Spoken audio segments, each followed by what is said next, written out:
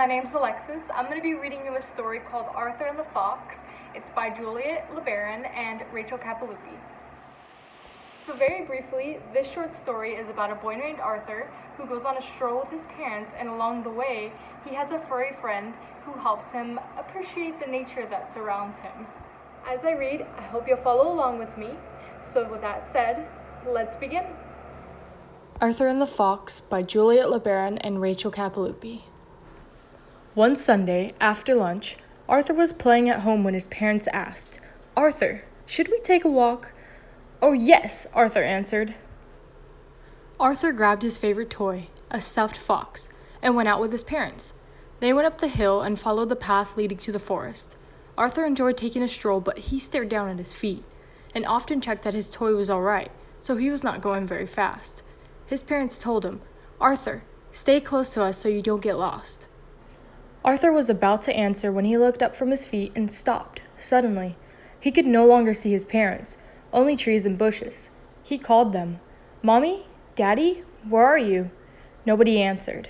Arthur was afraid. He sat down and sighed very hard. "Where are my parents? How am I going to find my way back home?" The forest seemed very large and threatening. Suddenly, a red shadow came out from a bush and stopped in front of him. "Hello," said the red shadow. "Why are you sad?" Arthur looked closer and saw that it was a fox, a real one, with sharp eyes, thin paws, and a fluffy tail. "Hello," Arthur answered. "I am sad because I cannot find my mommy and my daddy." "They shouldn't be very far away," the fox said. "Come with me. We will find them." Arthur got up and followed the fox's fluffy tail. "Do you live here?" he asked. "The forest scares me."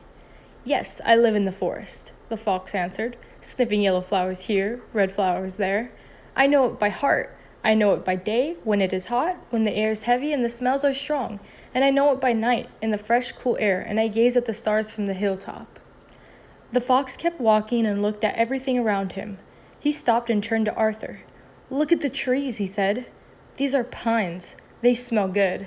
Arthur smelled the perfumed air, which almost tickled his nose. The fox started walking again and soon stopped next to a rock.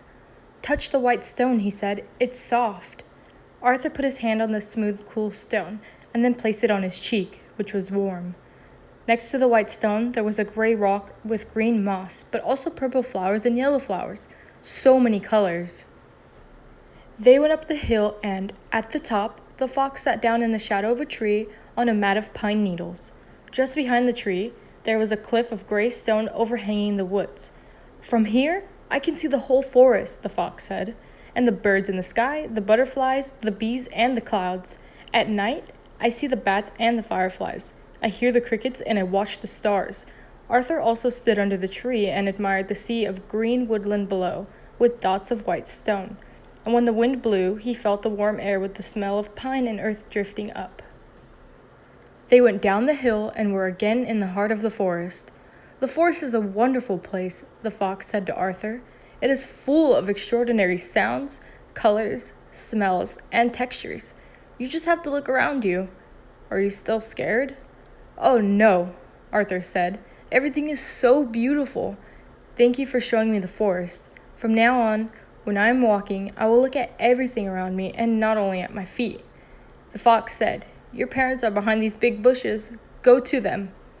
Arthur hugged the fox to thank him and ran to his parents. "Mommy, Daddy, I finally found you," Arthur exclaimed, relieved. "A fox helped me look for you and showed me the forest." "But what are you saying, Arthur?" his mother asked. "You went hiding behind these bushes to play a few minutes ago." "And speaking of foxes," his father said, "where is your toy?" Arthur looked around. These were the same bushes, and he did not have his toy. He ran behind the bushes and yelled, "The fox will surely help me find my toy. He knows the forest so well." But in place of the fox, Arthur saw his toy. He picked it up swiftly and called the fox, the real one, but the fox did not show himself. "Come on, Arthur," his parents said. "Let's go on with our walk. Besides, foxes are very shy, you know.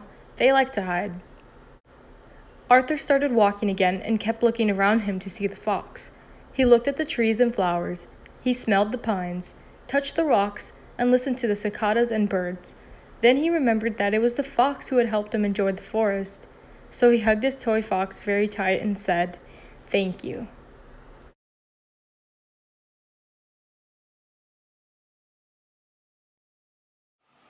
Thank you so much for reading with me.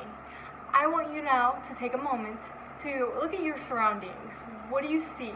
What do you hear? What do you smell? I want you to think about how that makes you feel, and I'll see you next time.